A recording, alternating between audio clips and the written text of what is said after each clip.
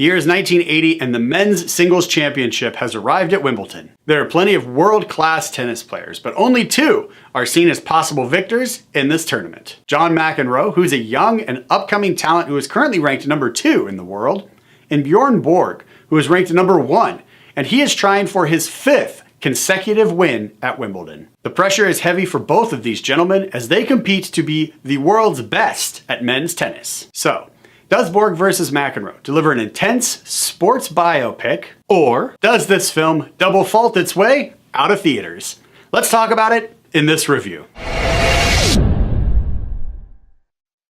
The story is not as simple as the title suggests. The title would lead us to believe that this story is going to be based solely around the tennis match that takes place for these two gentlemen trying to be world's best. And that's only partially true. This is a movie about the individuals, Bjorn Borg and John McEnroe.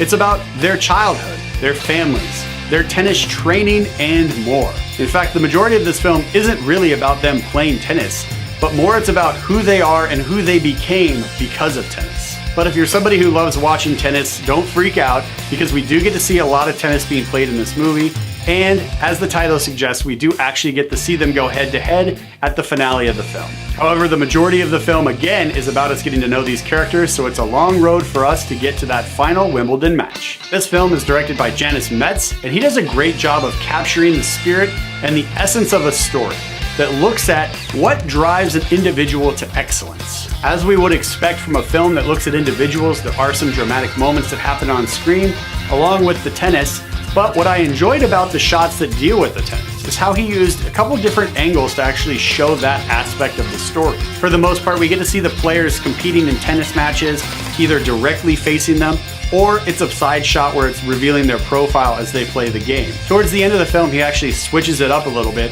and we get a bird's eye view where we're looking directly down at the players as they're competing, which I really enjoy.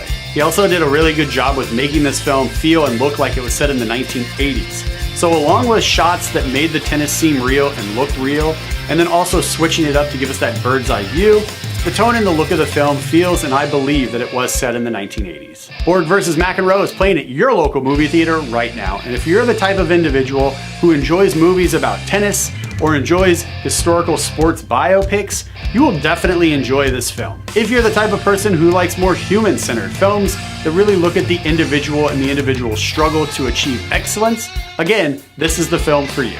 Spoiler alert, Borg does win if you aren't familiar with this story, but it's not his winning that makes this film so fantastic. That is a huge accomplishment and achievement to win 5 consecutive Wimbledons. But the important thing about this story, I personally feel, is how he won. Because this film centers on the lives of Bjorn Borg and John McEnroe, we get a really good sense of who these individuals are and how they are always themselves. For better or for worse, both of these guys are always themselves. However, once they both reach the finale and they're going head-to-head, we see that John McEnroe is holding back who he is, and he is focusing more on trying to be a more polite and more respectable tennis player, which is actually causing him not to focus on the game, but it's having him focus on his behavior, which impacts his game.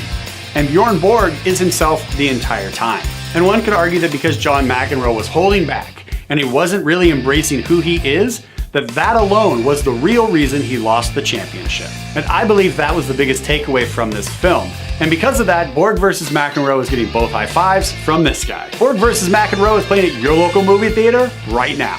Check it out.